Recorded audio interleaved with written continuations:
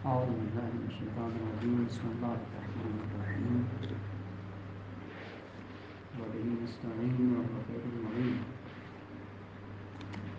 وكذلك مكنا ليوسف في الأرض ولنعلمه من تعبير الأحاديث والله غالب على أمره ولكن أكثر الناس لا يعلمون ولما بلغ أشده آتيناه حكما وعلما وكذلك نجزي المحسنين۔ سلسلہ کلام سورہ مبارکہ یوسف میں جاری تھا اور سیرہ تربیتی حضرت یوسف علیہ السلام کو بیان کیا جا رہا تھا۔ آیت نمبر 21 کے کچھ مفردات بیان ہو گئے تھے اور کچھ رہتے تھے۔ حضرت یوسف علیہ السلام نے جن مشکلات کا صبر کیا اور خداوند عالم کی رضا پہ راضی رہے، خداوند عالم اعلان کر رہا ہے کہ جو بھی مشکلات میں صبر کرتا ہے تو صبر کا نتیجہ حتماً اس کو مل کر رہتا ہے۔ مشکل یہ ہوتی ہے انسان کی کہ کبھی کبھی چھوٹی سی مشکلات کے آنے کے بعد اپنے آپ کو گم کر بیٹھتا ہے اور زبان پہ شکوہ جاری ہو جاتا ہے، خداوند عالم کی شکایت کرنا شروع کر دیتا ہے اور پھر چہ بسا کے مقایسہ بھی کرنا شروع کر دیتا ہے کہ خدایا اس کائنات میں نہیں تجھے ملا تھا کہ یہ مصیبت مجھے دینی تھی اور فلاں فلاں فلاں یہ لوگ، یا چہ بسا اس سے بدتر مقایسہ ہوتا ہے کہ فلاں شخص بھی مجھ سے بہتر ہے، فلاں بھی مجھ سے بہتر ہے، وہ تو اتنا بدکار ہے، اس کو آپ نے اتنی نعمتیں دی ہوئی اور میں تو اس سے بہتر ہوں۔ السلام علیکم، تو میرے ساتھ یہ رویہ کیوں؟ ہر انسان کا اپنا اپنا ایک انداز گفتگو ہوتا ہے، لیکن جو بھی صاحب سر ہوتے ہیں، مقرب الہی ہوتے ہیں، وہ ہمیشہ مصیبت جب ان پہ آتی ہے تو مصیبت کے سائے میں کچھ نعمت دیکھ رہے ہوتے ہیں، اس لیے مصیبت پہ صبر کرتے ہیں اور اسی مصیبت میں پوشیدہ نعمت کو جب دیکھ رہے ہوتے ہیں تو شاکر ہوتے ہیں خدا کے۔ اور قرآن کا یہ قانون ہے کہ انا مع العسر یسرا، اس کا ترجمہ بھی غلط کیا جاتا ہے کہ ہر مشکل کے بعد آسانی ہے، نہ، غلط ہے اس میں۔ انا مع العسر یسرا معیت ہے۔ معیت کا معنی کیا ہے؟ یعنی ایک چیز ہے جس کے دو سکے ہیں، ایک طرف سے دیکھو تمہیں مصیبت نظر آتی ہے اور اگر چشم صبر کے ساتھ اس کو دیکھو تو وہی مصیبت نعمت نظر آتی ہے۔ اور یہی الفاظ کے اندر دقت نہ کرنے کا نتیجہ ہوتا ہے کہ ایک ترجمہ آتا ہے پھر سارے اسی کے پیچھے بھیڑ چال کی طرح چل پڑتے ہیں۔ لہٰذا جب بھی کوئی مصیبت آتی ہے یہ مصیبت پیش خیمہ ہوتی ہے ایک نعمت کا، اگر انسان اس پہ صبر کرے تو وہ نعمت مل جاتی ہے، اور اگر اس مصیبت پہ آؤ فغاں کرے، شکوہ و شکایت کرے، چیخنا چلانا شروع کر دے، وہ نعمت گم ہو جاتی ہے، ملتی نہیں ہے۔ قانون خدا ایک جیسا ہے اور بہت خوبصورت ہے۔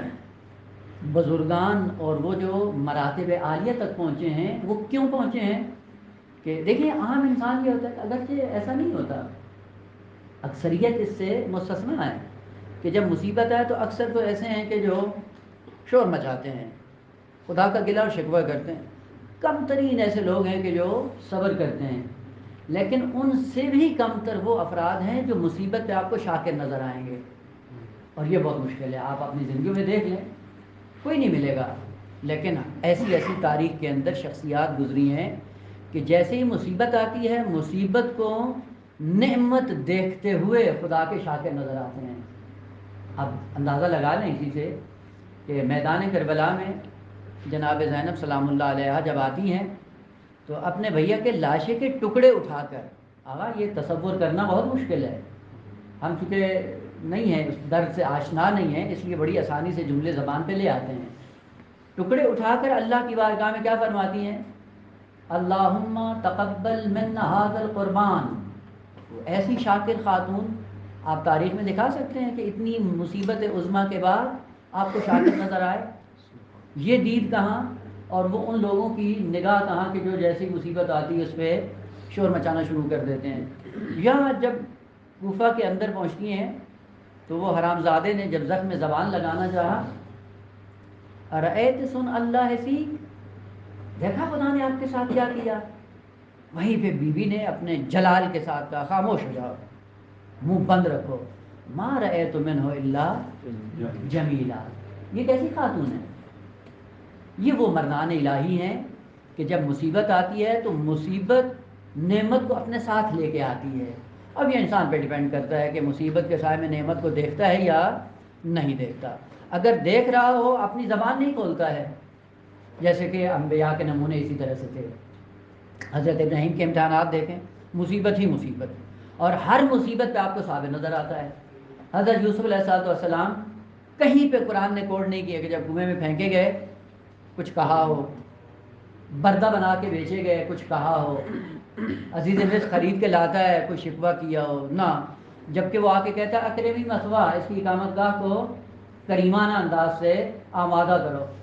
اور اس رفاہ کے اندر رہنے کے باوجود کہ وہ پورا گھر بت پرستی کا مرکز تھا، کفر اور شرک کا نمونہ تھا، لیکن جب آسائش میں حضرت یوسف علیہ السلام آئے، تاریخ میں، اب یہ حدیث میں ہے، یہ قرآن کے اندر نہیں ہے، حدیث کے اندر ہے کہ اس گھر میں رہتے ہوئے بھی ایک کمرہ اپنا مخصوص کر لیا خدا کی عبادت کے لیے.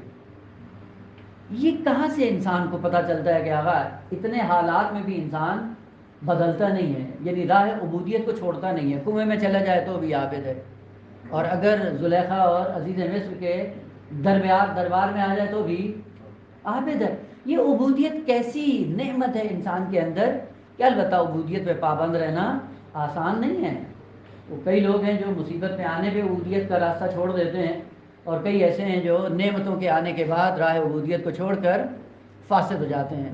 البتہ فرق نہیں کرتا وہ نعمتیں مادی ہوں مانوی ہوں، فرق نہیں کرتا ہے. کئی لوگ ہیں مثلا مانویت کی دنیا میں آئے، خدا نے عزت دے دی، آبرو دے دی، طالب علم بن گئے، علم دے دیا خدا نے، اور علم کے سائے میں آپ کیا بن گئے؟ فرعون بن گئے، قارون بن گئے.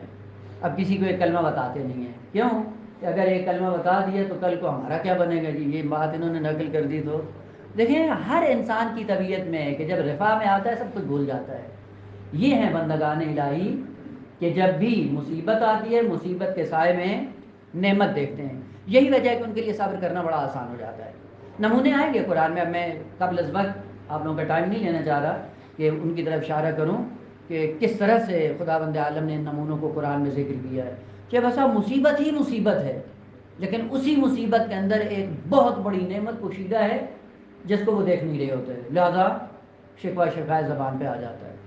اور بعد میں سال ہر سال گزرنے کے بعد جب اس نعمت سے ہم کنار ہوتے ہیں اس وقت پھر ندامت کے علاوہ ہاتھ میں کچھ بھی نہیں ہوتا کہ ہم نے کیوں اس وقت خداوند عالم کا شکوہ کیا، جبکہ خدا اس مصیبت کے سائے میں یہ نعمت دینا چاہ رہا تھا. مطلب دیگر یہ ہے کہ وَلِنُعَلِّمَهُ مِن تَعْوِيلِ الْأَحَادِيثِ. ادبیات جو جانتے ہیں پڑھے لکھے ہیں ان کو پتہ ہے کہ یہ لام لِنُعَلِّمَهُ، یہ لام علت نہیں ہے، لام کہ نہیں ہے. یہ پڑھتے رہتے ہیں نا حروف ناصبہ میں سے ایک لام کہ ہے. لام کہ کو لام علت بھی کہا جاتا ہے، لام تعلیل. اسلم تو لکے ادخل الجنہ یا لے ادخل الجنہ، یہ لام تعلیل ہے، کہ ہے نا. لام کہ نہیں ہے یہاں پہ، یہ لام تعلیل نہیں ہے. پڑھا ہوگا انشاءاللہ آپ نے ادبیات میں. یہ لام وہی ہے، یعنی شکل و صورت میں لام تعلیل کی طرح ہوتا ہے، لیکن لام علت نہیں ہوتا. اس کو کہا جاتا ہے لام نتیجہ. فرق ہے دونوں میں کہ اگر لام کہ ہو تو بعد والا کلمہ علت بنتا ہے ماقابل کے لیے، یعنی میں کیوں اسلام لایا، علت اسلام لانے کی کیا تھی؟ دخول جنت ہے.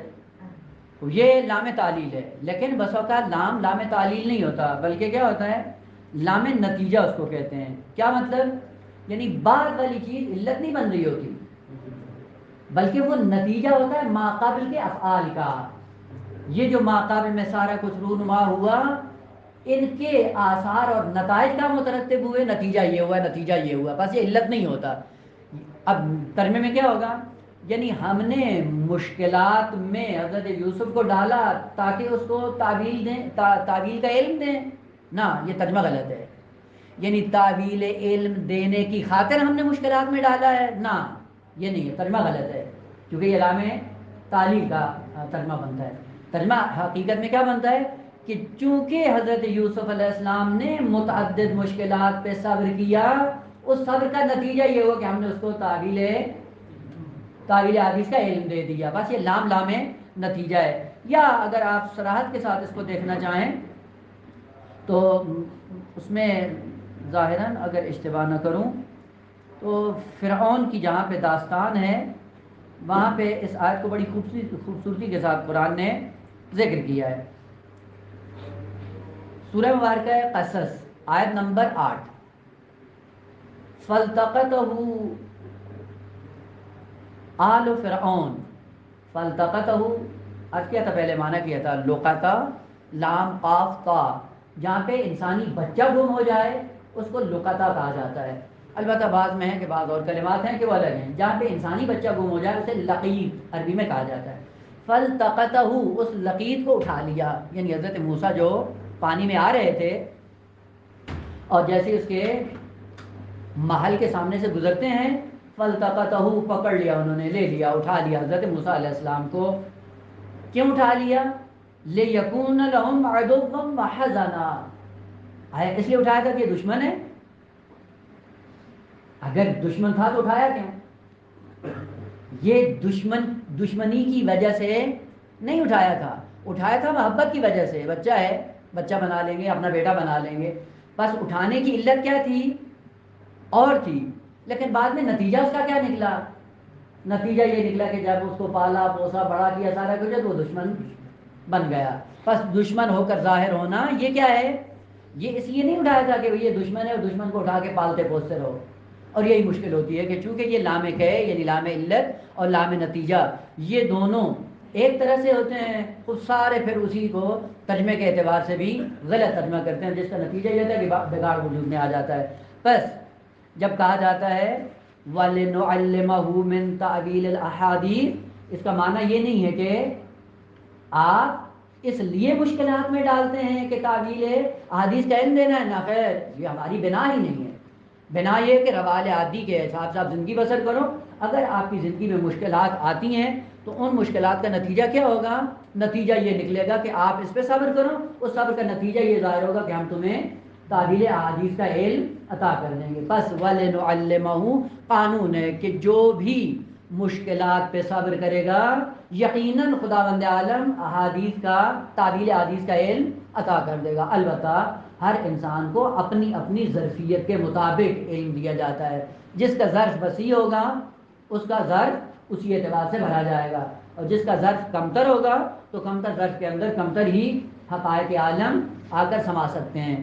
اور اسی سے آپ جو ہے وہ کر سکتے ہیں. حضرت یوسف علیہ السلام سے ہٹ کر کتنے ایسے نمونے ہیں کہ جن کو خداوند عالم نے مصیبتوں پہ صبر کرنے کے نتیجے میں نہ کچھ نہ جانے کیا کچھ عطا نہیں کیا. البتہ آپ ان نمونوں میں نہیں جاتے ہیں. تو بس وَلِنُعَلِّمَهُ یہ لام کہ نہیں ہے بلکہ لام نتیجہ ہے. اور لام نتیجہ شکل و صورت میں اسی طرح ہوتی ہے لام کہ کی طرح، لیکن معنی کے اعتبار سے مطلب فرق کر جاتا ہے. وَاللَّهُ غَالِبٌ عَلَىٰ أَمْرِهِ کہا جاتا ہے کہ یہ آیہ مجیدہ حضرت یوسف علیہ السلام کے عنوان سے جو خدا نے سورہ مبارکہ یوسف میں نازل کی ہے، یہ حضرت یوسف علیہ السلام کے بھی عنوان سے اور اس سورہ کے عنوان سے غرر آیات میں سے شمار ہوتی ہے. پہلے معنی کر دوں، یہ بار بار ممکن ہے بعد میں تعبیر استعمال ہو. غرر آیات یا غرر صور، لفظ غرر غرہ کی جمع ہے. غرہ کس کو کہا جاتا ہے؟ پڑھا ہوگا جنہوں نے سمدیہ پڑھی ہے. وہ گھوڑے کی پیشانی میں جو سفید بال ہوتے ہیں اس نقطے کو عربی میں غرہ کہا جاتا ہے. کیوں غرہ کہتے ہیں؟ کہ وہ دور سے نمایاں ہوتا ہے. آپ لاکھ کوشش کریں اس کو چھپانے کی چھپا نہیں سکتے. جو ہمیشہ درخشاں رہتا ہے، ہمیشہ چمکتا رہتا ہے، ہمیشہ نمایاں رہتا ہے. بعض آیات ایسی ہیں کہ جو آیات غرر کہلاتی ہیں، یعنی اتنی نورانیت کے اعتبار سے درخشاں ہیں کہ آپ ان کو چھپانا بھی چاہیں تو نہیں چھپتی ہیں. البتہ پہلے ان کا فہم ضروری ہے. اگر آدمی فہم ان کا حاصل کر لے اس کے بعد پتہ چلتا ہے کہ واقعی غرر آیات میں سے ہیں. تو یہ کیسے غرر آیات میں سے ہے؟ یہاں پہ اب پوری داستان کو ایک مرتبہ پھر مرور کر لیں. حضرت یوسف علیہ السلام کے بھائیوں نے کیا کیا؟ حضرت یوسف کو ہٹا دو. نتیجہ کیا ہوگا؟ تم خدا کے سامنے اب بعد میں توبہ کر لو گے اور حضرت یعقوب کے سامنے تم محبوب بن جاؤ گے اور بعد میں تمہارا ہی نام ہوگا، تمہارا ہی تذکرہ ہوگا، تمہارے ہی چرچے ہوں گے، سارا کرتے کرتے حضرت یوسف علیہ السلام کو کنویں میں پھینک کے چلے آ کے مطمئن ہو گئے کہ اب ہم اپنے مقصد میں کامیاب ہو گئے۔ خدا نے کیا کہا؟ واللہ غالب علی امرہ، تم جتنی بھی سازشیں کرتے رہو، جو چیز خدا کو گوارا ہے وہ ہو کے رہے گی، یا جس کا خدا نے ارادہ کیا ہے وہ ہمیشہ غالب رہے گی۔ تم اپنی ٹامٹوئیاں مارتے رہو اور خداوند عالم کے قوانین کی مخالفت کرتے رہو، لیکن جو چیز خدا نے عالم کائنات کے اندر قانون کے طور پہ معین کر دی، وہ قانون ہمیشہ اپنے انجام کو پہنچے گا۔ کبھی بھی خداوند عالم کی تدبیر کو مخفی نہیں کیا جا سکتا۔ تم نے کہا، سوچا یہ تھا کہ حضرت یوسف کو ہٹاؤ گے، یوسف نابود ہو جائے گا اور ہم معبود ہو جائیں گے، لیکن آپ نے دیکھا کہ ایسا ایسا حضرت یوسف جس کو تم نے نابود کیا تھا وہ نابود نہیں ہوا، بلکہ وہ ایک درشندہ ترین ستارہ بن کر ظاہر ہوا، اور دن بدن کمالات علمی، کمالات معنوی اور خدمت خلق کے طور پہ دن بدن نمایاں ہوتا جا رہا ہے، اور ہر مصیبت کے بعد اس کی نورانیت میں اضافے سے اضافہ تر ہوتا جا رہا ہے۔ بس اگر خدا کے اس قانون کا انسان کو یقین ہو جائے کہ ایک تدبیر خدا کرتا ہے اور ایک تدبیر وہ ہے جو انسان کرتا ہے، انسان اپنی کم علمی میں تدبیر کر رہا ہوتا ہے، سمجھتا ہے شاید کامیاب ہو جائیں گے، لیکن خداوند عالم جو لامتناہی علم کا مالک ہے، جب وہ تدبیر کرتا ہے کسی امر کی تو پوری کائنات کے حالات کو دیکھنے کے بعد ایک امر کی تدبیر کر رہا ہوتا ہے، اور یہ ممکن ہی نہیں ہے کہ خدا کی تدبیر نابود ہو جائے، مخفی ہو جائے یا گم ہو جائے۔ لہذا خداوند عالم نے کہا واللہ غالب علی امرہ، جس امر کی تسلیم گیری خدا کر لیتا ہے وہ امر ہمیشہ غالب ہی رہتا ہے۔ ممکن نہیں ہے کہ آپ اس کو چھپا سکو یا نابود کر سکو، یا یہ سمجھو کہ شاید ہم ٹمپریری طور پہ اگر کامیاب ہو گئے تو معاذ اللہ خدا کی تدبیر نابود ہو گئی ہے۔ نہ، ان قریب آپ دیکھو گے کہ جتنی بھی انسان دین سے ہٹ کر سازشیں کرتا ہے وہی چیز ان کے دامن گیر ہو جاتی ہیں اور انہی میں ہی پھنس جاتے ہیں۔ وقعدت بی اغلالی، انسان کئی بہانے کرتا ہے، بہانے کرنے کے بعد اور ایسا ایسا بعد میں پتہ چلتا ہے کہ وہی راستہ جو اس نے اپنی عزت کے لیے سمجھا تھا وہی راستہ اس کی ذلت کا راستہ بن جاتا ہے۔ بس واللہ غالب علی امرہ، خدا کی تدبیر ہمیشہ غالب رہے گی، اور انسان کی اگر یہ مرضی ہو کہ میں کمالات کا راستہ طے کروں تو بہترین راستہ اس کا یہ ہے کہ جو خدا نے تدبیر اس انسان کے لیے اپنائی ہے اس پہ راضی ہو جائے۔ لہذا روایات کیا کہتی ہیں کہ اگر خدا کی قضاء اور قدر پہ راضی ہو کر زندگی بسر کرو تو انشاءاللہ ایک دن ایسا وقت آئے گا کہ تمہیں خداوند عالم باعزت بنا دے گا اور تمہیں با کرامت بنا دے گا، عزت اور کرامت کی زندگی میسر آئے گی۔ اور یہ عین ممکن ہے کہ آپ کی زندگی میں یہ مرحلہ نہ آئے، لیکن مرنے کے بعد آہستہ آہستہ خداوند عالم آپ کی محبت کو لوگوں کے دلوں میں ڈال دے گا۔ کتنے ایسے علماء تھے جب تک زندگی دنیا کی گزار رہے تھے انتہائی فقیر، غریب، اور شاید ان کو کوئی جانتا بھی نہ ہو، لیکن جب دنیا سے گئے ہر عام و خاص کی زبان پہ ان کا نام ہے۔ کیوں؟ چونکہ میدان علم میں اتنا آگے نکلے اور خالصتاً خدا کی مرضی کے مطابق۔ ابھی آپ جا کر دیکھ لیں اسی حوزہ علمیہ کے اندر آپ قرآن کے میدان میں جتنے بھی اس وقت چھوٹے موٹے بڑے جتنے بھی مفسر آپ کو نظر آتے ہیں سب علامہ طباطبائی کے دسترخوان پہ بیٹھے ہیں، اور نہ چاہتے ہوئے بھی علامہ کا نام زبان پہ آتا ہے۔ اور علامہ خود کیا تھے؟ فقر کے عالم میں اتنا تھا کہ اپنا گھر نہیں تھا، اور جو گھر اجارہ کرتے تھے اس گھر میں بھی ایک کمرہ اجارہ کرنے کی صلاحیت رکھتے تھے، پورا گھر بھی اجارہ نہیں کر سکتے تھے۔ اکثر ان کے پاس سنگت روٹی لینے کا پیسہ نہیں ہوتا تھا، لیکن اس وقت دیکھیں پورے عالم اسلام کے اندر، نہ فقط یہ حوزہ علمیہ کو، عالم اسلام کے اندر آپ جائیں، مصر کے اندر کتنے ایسے مفتی ہیں جو اپنا جمعہ کا خطبہ تفسیر المیزان پڑھ کر دیتے ہیں، اور پوچھا گیا کہ وہی کیا ہے؟ کہا کہ جب تفسیر المیزان آ گئی اس کے بعد ہم بے نیاز ہو گئے۔ اور ایک تاریخی پس منظر ہے اس کا، وہ انشاءاللہ کسی اور مناسبت سے عرض کروں گا کہ اگر تفسیر المیزان علامہ نہ لکھتے تو عالم اسلام کے اندر بگاڑ کیا آتا، وہ انشاءاللہ کسی اور مرحلے میں عرض کریں گے۔ ولیکن اکثر الناس لا یعلمون، لیکن چونکہ اکثریت ایسی ہے کہ جو جاہل ہوتے ہیں، جہالت کے نتیجے میں کچھ ایسے کام کر جاتے ہیں، سمجھ لیے یہ رہے ہوتے ہیں کہ شاید ہم کو بہت بڑا کام کر رہے ہیں، لیکن چونکہ جاہل ہیں، نہ انجام سے واقف ہیں اور نہ اس کام کو کرنے کی حقیقت سے آشنا ہے، لہذا جب کام کر رہے ہوتے ہیں تو جہالت کے عالم میں کام کر رہے ہوتے ہیں اور انجام کا پتہ نہیں ہوتا، نتیجتاً کیا ہوتا ہے کہ بہت بڑا سرمایہ ہوتا ہے اور سرمایہ کو ضائع کر دیتے ہیں، بعد میں نتیجہ بھی نہیں ملتا۔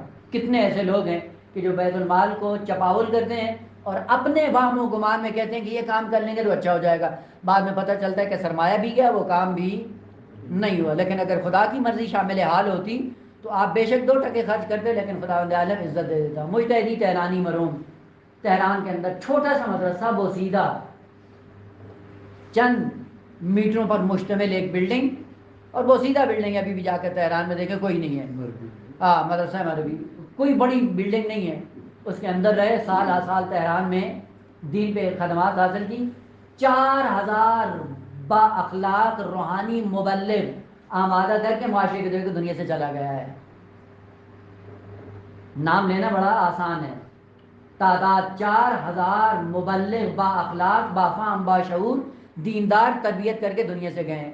آپ دیکھیں اس وقت کتنی بلڈنگیں بن رہی ہیں، میٹیریل کتنا لگ رہا ہے، بلڈنگیں عالی شان، جائیں جی ہمارا مدرسہ دیکھیں جی، کوئی ایسا ہے مدرسے کی بلڈنگیں، اینٹیں، سریا، یہ تو سب کچھ آپ نے اکٹھا کر لیا، کتنے آدمی انسان بنا کر آپ نے معاشرے کو دیے ہیں، ولیکن اکثر الناس لا یعلمون۔ اگر ہدف خدا ہو تو یہ ساری چیزیں انسان کو میسر آ جاتی ہیں۔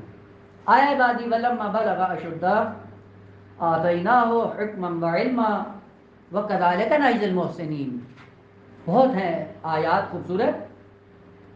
ولما بلغ اشدہ، جب سن اور عمر کے اعتبار سے مقام اشد کو پہنچے۔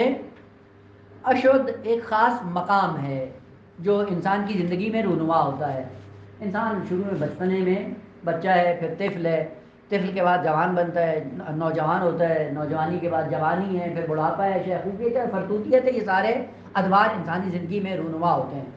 اشدہ کون سا مرحلہ ہے انسان کی زندگی میں؟ اشدہ اس زمانے کو کہا جاتا ہے کہ انسان جب بالغ ہوتا ہے، حد بلوغ سے لے کر 3 سال کے فاصلے تک، اس زمانے کو عربی میں اشد کہا جاتا ہے۔ حد بلوغ، اب وہی جو قمری اعتبار سے 15 سال بنتے ہیں، یعنی 15 سے 18 سال کے زمانے کو اشد کہا جاتا ہے۔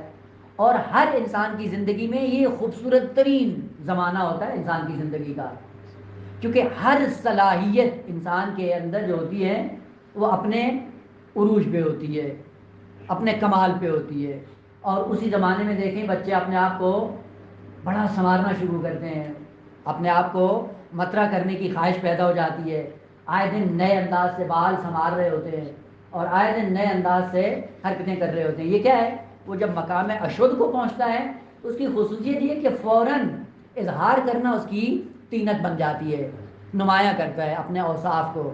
اب وہ جو بھی ہو، جس طرح سے بھی ہو، کبھی طاقت کا مظاہرہ ہے، کبھی حسن کا مظاہرہ ہے، کبھی زینت کا مظاہرہ ہے، کبھی لباس کے ذریعے اپنے آپ کو نمایاں بنا کر معاشرے میں پیش کرتا ہے۔ خوب یہ دورانیہ ہر انسان پہ آتا ہے۔ اسی لیے روایات میں ہے کہ جب حضرت یوسف علیہ السلام کنویں میں پھینکے گئے تو امام سجاد علیہ السلام سے ظاہراً سوال ہے کہ کتنے سال کے تھے؟ معصوم نے فرمایا 9 سال کے تھے۔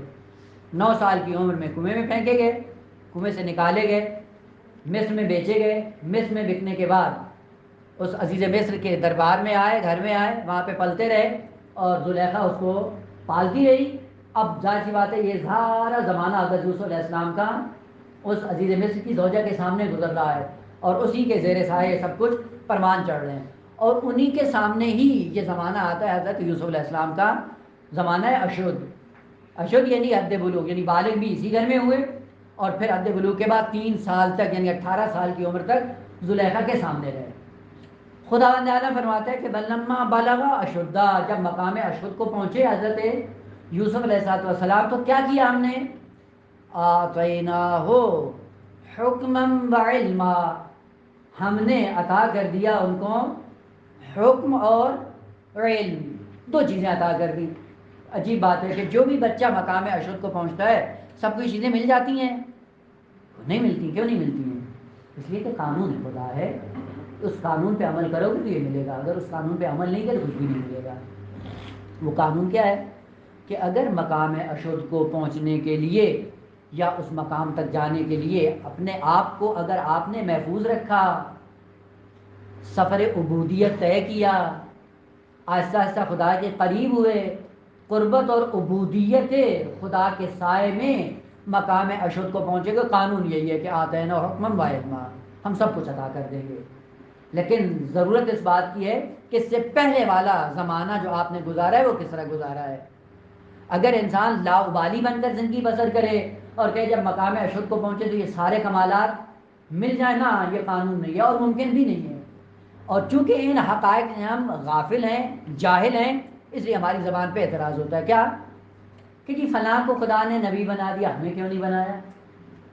تو ان کی زندگیاں پڑھ کے دیکھی ہے کہ انہوں نے کیا کیا ہے؟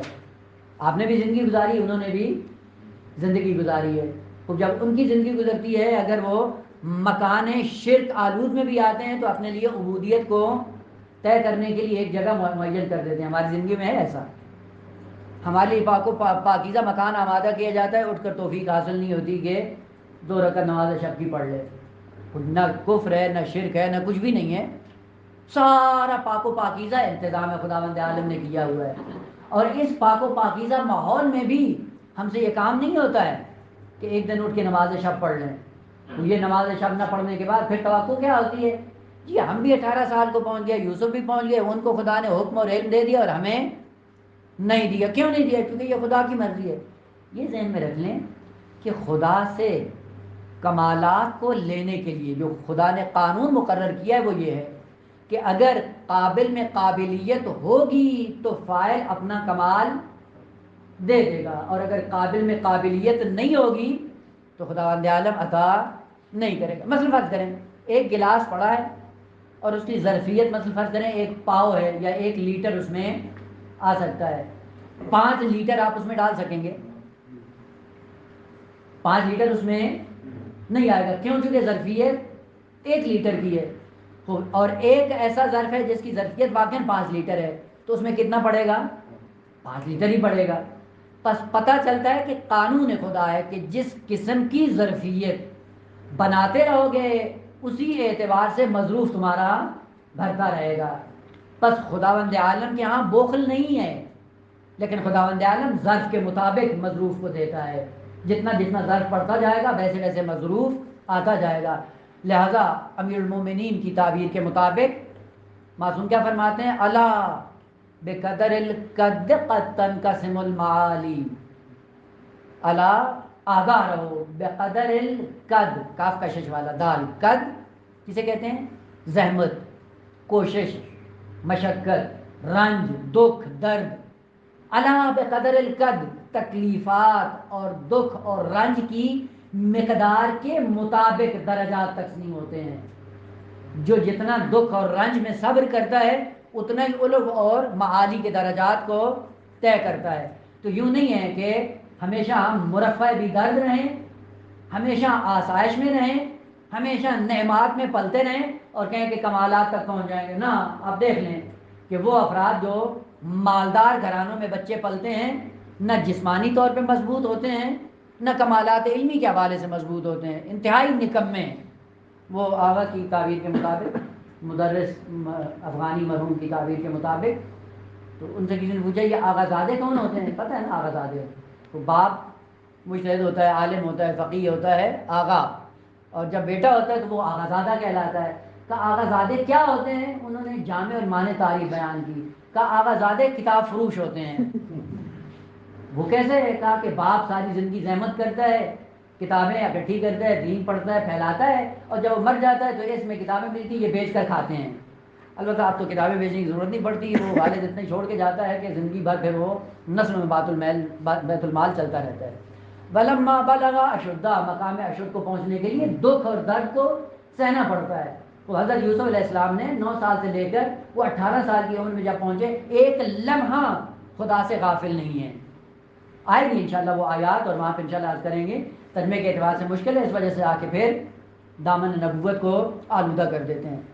تو ایک لمحے کے لیے خدا کی یاد سے جو غافل نہیں ہے، خداوند عالم نے کہا فَلَمَّا بَلَغَ أَشُدَّهُ آتَيْنَاهُ حُكْمًا وَعِلْمًا، پہلا نقطہ یا پہلا مطلب اس میں کہ بعض لوگوں نے کہا آتیناہ حکم و علما، یہ عطف تفصیلی ہے، اور حکم اور علم سے مراد نبوت ہے، یعنی جب مقام اشد کو پہنچے تو ہم نے ان کو نبی بنا دیا، یعنی مقام نبوت کا اعلان کر دیا، یعنی بالفعل آج تم مقام نبوت کے عہدے پہ فائز۔ البتہ یہ ذہن میں رکھے آگا، نبی ہونا الگ ہے اور اظہار نبوت الگ ہے، دونوں میں فرق ہے۔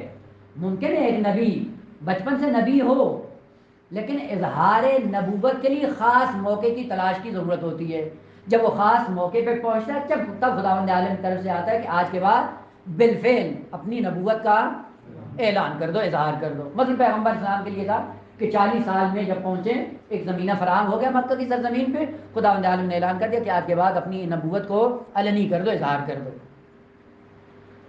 بعضوں نے کہا کہ اس حکم اور علم سے مراد نبوت ہے، یعنی آج کے بعد خدا نے کہا آتا ہے نا حکم و علما، یعنی نبوت کا اظہار کر دو۔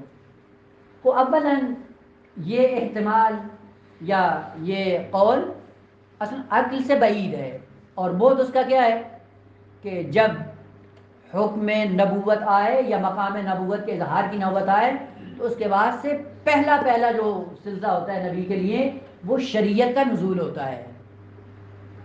شریعت کا نزول یعنی آج سے اظہار نبوت کر دیا ہے، اظہار نبوت کے بعد کیا ہے، اب آپ کو ہدایت کرنا ہے لوگوں کی، ہدایت کے لیے سب سے پہلے آپ شریعت کا آغاز ہو جائے گا، شریعت کے احکام آنا شروع ہو جائیں گے۔ جبکہ ہم دیکھتے ہیں کہ یہی اسی آتینا ہو حکم و علما کے بعد ابھی کوئی شرعی حکم حضرت یوسف علیہ السلام پہ نازل نہیں ہوا، جس سے پتہ چلتا ہے کہ حکم اور علم سے مراد نبوت نہیں ہے۔ دلیل دیگر جو اس سے قویتر ہے وہ یہ ہے کہ آقا کبھی بھی کوئی نبی، کوئی رسول یا کوئی امام مقام نبوت و امامت و رسالت پہ فائز ہوتے ہوئے یعنی اظہار کرتے ہوئے بالفعل کبھی کسی کا عبد کے طور پہ زندگی بسر نہیں کر سکتا ہے، یعنی جب یہ مقام خداوند عالم دیتا ہے تو یہ جتنی عبودیت اور غلامی کی زنجیر سب توڑ دیتا ہے۔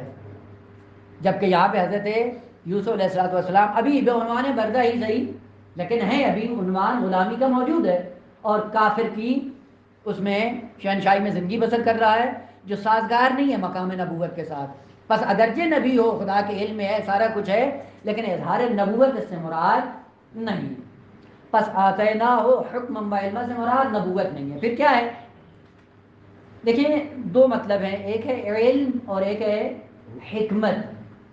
بسا اوقات ہم ان دونوں کو آپس میں خلط کر دیتے ہیں، یا دوسری تعبیر کریں اگر وہ فنی تعبیر اگر استعمال کرنا چاہیں تو ایک ہے عقل نظری اور ایک ہے عقل عملی۔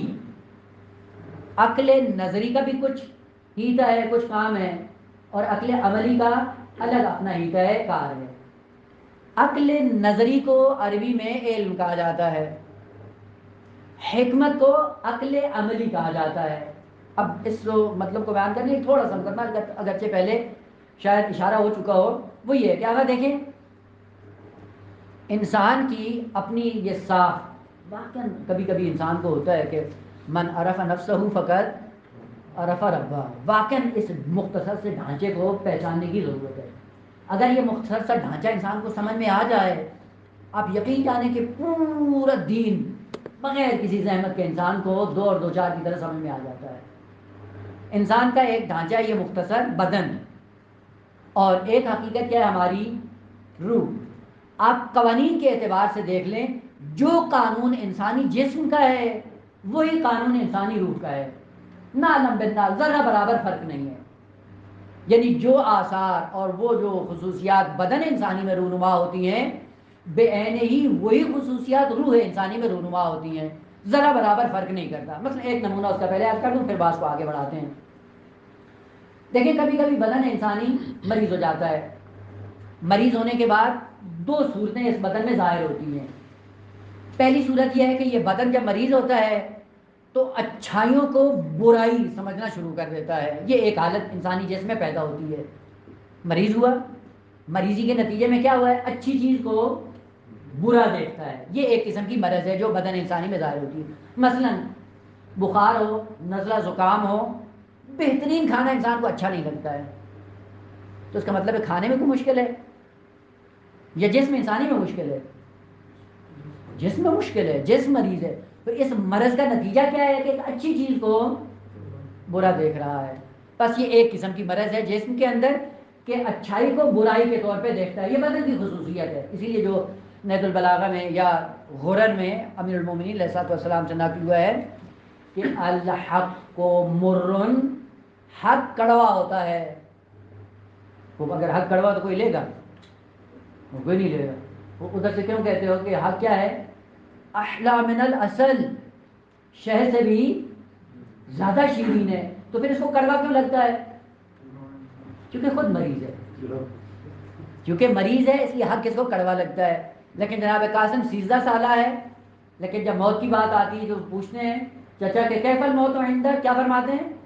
احلا من الاصل. یہ سالم انسان ہے. وہ سالم انسان کو حقیقت اچھی لگتی ہے، مریض انسان کو کڑوی لگتی ہے. وہ امیر المومنین نے جو فرمایا الحق کو مرون، یعنی تم مریض ہو، اپنے مرض کا علاج کرو. تم بیمار ہو، اپنی بیماری کا علاج کرو تو یہ حقیقت تمہیں کڑوی نہیں لگے. ہمیں جو عادت اچھا نہیں لگتا ہے اس کا مطلب یہ ہے کہ ہم نے حرام خوری کے نتیجے میں اقدار دینی کو پامال کیا ہے، اس لیے عدالت ہمیں اچھی نہیں لگتی. اگر ہم نے اپنے آپ کو دین کے سائے میں ڈھالا ہوتا، عدالت کون سی ایسی چیز ہے کہ جو کسی انسان کو بری لگے؟ ہر انسان کو اچھی لگتی ہے. بس پہلی بیماری یہ ہوتی ہے جس میں انسانی میں کہ اچھائی کو برائی دیکھتا ہے. کبھی کبھی پلٹ جاتا ہے معاملہ کہ کبھی کبھی جسم انسانی میں جب بیماری آتی ہے، مریض ہوتا ہے، کسی مرض اور بیماری میں مبتلا ہوتا ہے، برائی کو اچھائی دیکھتا ہے. چیز بری ہے لیکن اس کو اچھی لگتی ہے. اس سے بھی پتہ چلتا ہے کہ اب یہ کیا ہے؟ مریض ہے. مثلا دیکھا آپ نے کتنے بچوں کو، بعض بچے جو مٹی کھانے کے عادی ہو جاتے ہیں، چھوڑتے نہیں ہیں اور پھر جا کے علاج کرواتے ہیں. یہ کیا ہے؟ جسم انسانی مریض ہے. مٹی کھانا بری چیز ہے لیکن اب اس کو بہت ہی اچھا لگتا ہے. بس اس کا مطلب ہے برائی جب جسم میں دو طرح سے رونما ہوتی ہے کہ کبھی اچھائی ہوتی ہے اس کو برائی نظر آتی ہے، اور کبھی برائی ہوتی ہے اور اس کو اچھائی نظر آتی ہے. روح انسانی بھی عزیزان ایسے ہی ہے کہ بسا اوقات اقدار الہی جب روح انسانی مریض ہوتا ہے، اچھائیاں کبھی انسان کو برائی نظر آتی ہیں اور کبھی برائیاں ہوتی ہیں جو اچھائی اس کو نظر آتی ہے. اور اس کا نمونہ آپ دیکھ لیں میدان کربلا میں بدترین عمل امت محمدی نے انجام دیا، سید الشہداء کو شہید کیا. وہ یہ عمل اچھا تھا یا برا؟ انتہائی بدترین عمل انہوں نے انجام دیا. لیکن کیا کہا؟ قربتاً اللہ. بدترین عمل اپنا انجام دے رہے اور اس کو اچھائی کے ساتھ دیکھ رہے ہیں کہ یہ اچھا عمل ہے. چہ بسا اچھا اور بہترین عمل ہوتا ہے اور اس کو یہ برا سمجھ رہے ہوتے ہیں. امیر المومنین نے جب عدالت برپا کی تو کئی ایک کے منہ کھل گئے کہ کیا کر رہے ہو؟ معاویہ اتنا بوریاں کھولو تاکہ لوگ تمہاری تعریف کریں. یہ برا عمل ہے لیکن ان کو اچھا نظر آتا. بس کبھی کبھی روح انسانی بھی اس طرح سے آلودہ ہوتی. یہ بات کیوں عرض کی؟ فقط یہ عرض کرنے کے لیے آپ پوری زندگی انسان کی پڑھ کر دیکھ لیں، جو جو چیزیں بدن انسانی میں رونما ہوتی ہیں بے عین ہی روح انسانی میں وہ رونما ہوتی ہیں. یہیں سے جو بات ہماری بات سے مربوط ہے وہ یہ ہے کہ آپ کبھی اسی جسم انسانی کے اندر غور کریں. خداوند عالم نے 2 قسم کے اعضاء اور جوارے اس کی ذات میں رکھے ہیں جسم میں. مثلا آنکھیں بھی ہیں، کان بھی ہیں، ہاتھ بھی ہیں، ٹانگیں بھی ہیں. وہ یہ اگر ان کو ہم تقسیم کریں موٹے موٹے تو 2 حصوں میں تقسیم ہو جاتے ہیں. آنکھ اور کان کا کام کیا ہے؟ دیکھنا سننا. ہاتھ اور پاؤں کا کام کیا ہے؟ چلنا اور ہاتھ سے خطرات کو دور کرنا، اپنے آپ سے دفاع کرنا. بس بدن انسانی میں خدا نے 2 قسم کے اعضاء رکھے ہیں. بعض اعضاء کا کام ہے جاننا، اس کے لیے آزاد ہے آنکھ اور کان، ان سے انسان علم حاصل کرتا ہے. ہاتھ اور پاؤں کس لیے دیے ہیں؟ کہا یہ چلنے کے لیے ہیں. اگر ان دونوں کو آپ آپس میں مقایسہ کریں تو 4 صورتیں سامنے آتی ہیں. آنکھ اور کان جس کا کام ہے جاننا، یہ دونوں سالم ہوں تو جتنا علم ہے، جتنے خطرات ہیں اس سے آپ آگاہی حاصل کر لیں گے. مطلب آپ جا رہے ہیں سفر کے اندر، راستے میں کانٹا پڑا ہوا ہے، اگر آنکھیں سالم ہو تو آپ دیکھ لیں گے. یا گاڑی آ رہی ہو ہارن بجائے گی کہ بھائی اپنے آپ کو بچا لو، تو کان اگر سالم ہوئے سن لیں گے. سننے کے بعد کیا ہوگا؟ پتہ چل جائے گا نا. بس آنکھ اور کان نے اپنا کام، اپنا وظیفہ انجام دے دیا کہ جو آگاہی آپ کو دینی تھی دے دی. اب اس کے بعد چلنا کس کا کام ہے؟ ٹانگوں کا. وہ اگر ٹانگیں بھی سالم ہوں گی تو نتیجہ کیا ہوگا کہ انسان اپنے آپ کو خطرے سے نجات دے دے گا۔ اب اس کی 3 صورتیں جو منفی بنتی ہیں وہ کیا ہیں کہ کبھی آنکھ اور کان سالم نہیں ہوتے ہیں، ہاتھ اور پاؤں سالم ہے، چلتا رہے گا، لیکن وہ جو بغیر جانے چل رہا ہے کدھر لگے گا؟ گڑھے میں گر جائے گا، کنویں میں گر جائے گا، کھمبے میں لگ جائے گا، دیوار سے ٹکرا جائے گا، بس کبھی بھی یہ مقصد کو نہیں پہنچے گا۔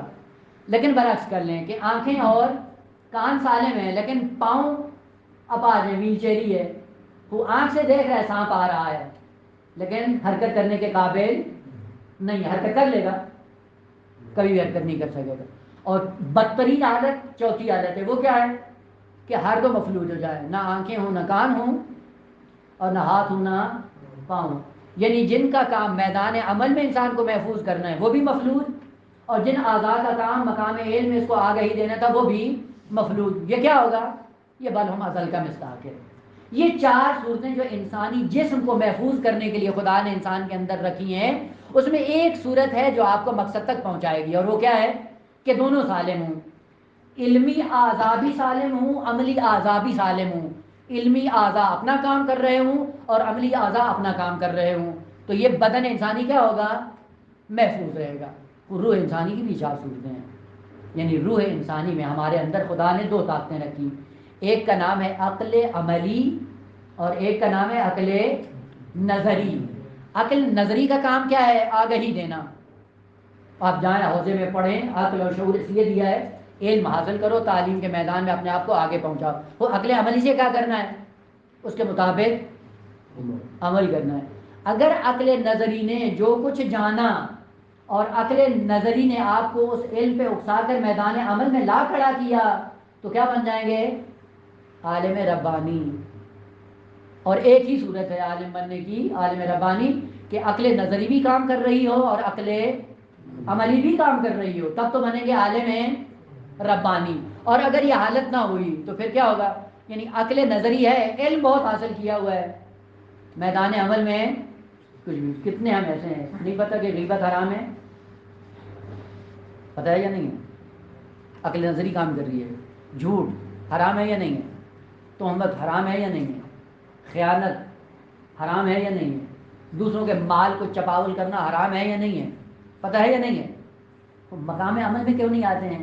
اس کا مطلب ہے کہ عقل عملی انسان کی مفلوج ہو چکی ہے، اور جب عقل عملی مفلوج ہوتی ہے تو کیا بنتا ہے؟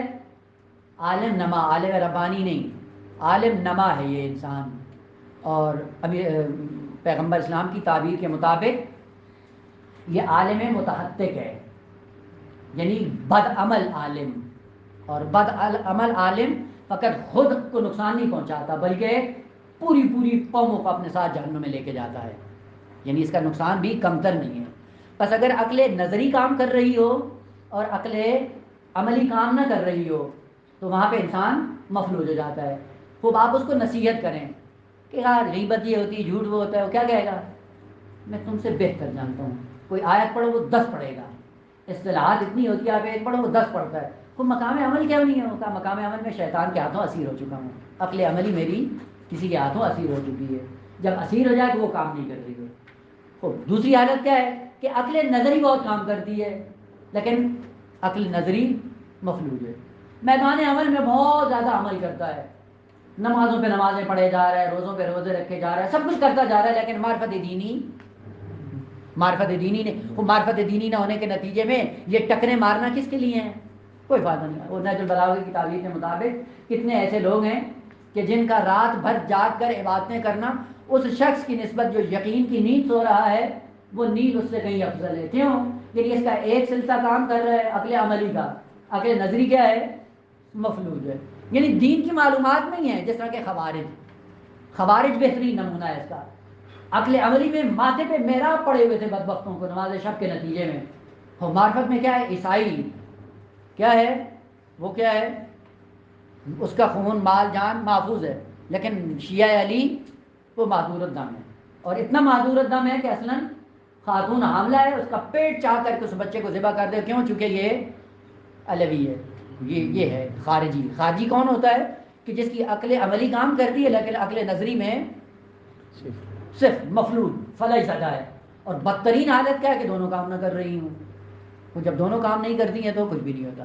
خدا عالم نے کہا کہ اگر ان حالات پہ صبر کرو گے، قانون ہمارا یہ ہے کہ آتیناہ حکمن و علما، عقل نظری بھی عطا کریں گے اور عقل عملی بھی عطا کریں گے، اور دونوں اپنے اپنے مقام پہ جب کام کریں گی یہ کمالات کی طرف چلتا ہوا عالم ربانی بن جائے گا۔ بس قانون یہ ہے کہ اگر تم دین خدا پہ صبر کر کے خدا کی مشیت کے مطابق زندگی بسر کرو، آتیناہ حکمن و علما، حکمت بھی عطا کر دیں گے اور علم بھی عطا کر دیں گے، یعنی عقل نظری بھی ہوگی اور عقل عمل، اور جب دونوں ایک ساتھ ہوں گے تو نتیجہ دیکھیں گے کہ دن بدن کمالات کا سفر آپ کا جاری رہے گا۔ بس عالم ربانی بننے کے لیے کیا کرنا ہے؟ آگا دونوں سے استفادہ کرتے ہوئے، جس میں عقل نظری رہنمائی کرتی ہے اسی کے مطابق عمل کرتے ہوئے اپنی زندگی کو عروج کی طرف بڑھانا، اور عروج کے بعد بڑھانے کے بعد خدا اس کا ہاتھ پکڑ لیتا ہے، اور جس کا ہاتھ خدا تھام لے وہ کبھی کسی مشکل میں مبتلا نہیں ہوتا۔ اگرچہ لوگ چاہتے ہیں کہ اس کے لیے مشکل کے طور پہ یہ راستہ اور زیادہ مشکل کر دو، لیکن اسی مشکل کو خدا آسان بنا کر اس کے لیے کمال کا ذریعہ بنا دیتا ہے۔ وہ حضرت یوسف کے بھائی چاہتے تھے کہ راستے سے ہٹایا جائے، جو تدبیر کی وہی تدبیر حضرت یوسف علیہ السلام کو کمالات تک لے کر چلی گئی۔ بس دشمن کبھی سازش کرتا ہے بری، اور خدا کہتا ہے کہ جب اسی بری سازش کو ہم بہترین بنا کر تمہارے کمالات کا ذریعہ بنا دیں گے۔ آپ دیکھ لیں، اور وہ جو پاکیزہ انسان ہوتے ہیں آپ جا کر دیکھ لیں، یقین جانے اسی کے لیے ہوتا ہے۔ کبھی کبھی انسان کرتا کچھ ہے لیکن خدا کی تدبیر کے عالم میں ہوتا کچھ اور ہے، اور نمونے اس کے کم نہیں، آپ وہ روایات میں جا سکتے ہیں۔ بس فلما بلغ اشدہ، پہلے اپنے آپ کو محفوظ رکھا، مقام عبودیت میں، مقام قرب الہی میں خدا نے اعلان کر دیا، اور یہ ہمارا قانون ہے کہ ہم عقل نظری بھی عطا کریں گے اور عقل عملی بھی عطا کریں گے۔ حکم یا حکمت عقل عملی کو کہا جاتا ہے، البتہ کل عرض کروں گا کہ کیوں اس کو عقل عملی کہا جاتا ہے، اور کیا کیا اس عقل عملی کے نتیجے میں حضرت یوسف علیہ السلام نے، کہ وہ مقام خداوند عالم نے عطا کیا کہ حکمت عملی میں بھی اپنے اوج پہ جا پہنچے اور حکمت نظری میں بھی اپنے اوج پہ جا پہنچے۔ آتینا حکما و علما، اب یہ کیوں دیا بات ذہن میں رہے، وَكَذَلِكَ، یہ قانون ہے، یعنی آپ بھی یہ کرو آپ کو بھی مل جائے گا، ضروری نہیں کہ حضرت یوسف علیہ السلام کو یہ ہم نے دیا ہے، وَكَذَلِكَ، جو بھی اس راستے پہ چلے گا اس کو مل جائے گا۔ اس ضرورت اس بات کی ہے کہ ہم اپنے اس زمانہ اشد کو پاک و پاکیزہ رکھیں، آلودہ نہیں کریں۔ اگر ہم نے چشم چرانی کی، لقمہ حلال کی رعایت نہیں کی تو اس کے بعد دیکھیں قانون الہی ہے، دن بدن انحطاط، دن بدن ذلت انسان کا مقدر بن جاتی ہے۔ پس آتیناہ حکما و علما، حکمت نظر بھی عطا کی اور حکمت عملی بھی عطا کی۔ حکم اس عقل عملی کو کہا جاتا ہے اور علم اس عقل نظری کو کہا جاتا ہے۔ عقل نظری کام ہوتا ہے آگہی دینا، اور عقل عملی کا کام ہوتا ہے انسان کو میدان عمل میں لانا۔ عقل نظری یہ کرتی ہے کہ نماز شب کے یہ فوائد ہیں یہ بتائے گی، اور عقل عملی ہے رات کو بستر سے اٹھائے گی۔ تو وہ جو عقل عملی اگر انسان کی زندہ ہو تو پھر جتنا بھی تھکا ہوا ہو عین نماز شب کے وقت اس کی آنکھ کھل جاتی ہے، اور پھر آ کر کمالات کی دنیا طے کرنا شروع کر دیتا ہے۔ سلسلہ جاری انشاءاللہ بعد میں الحمدللہ۔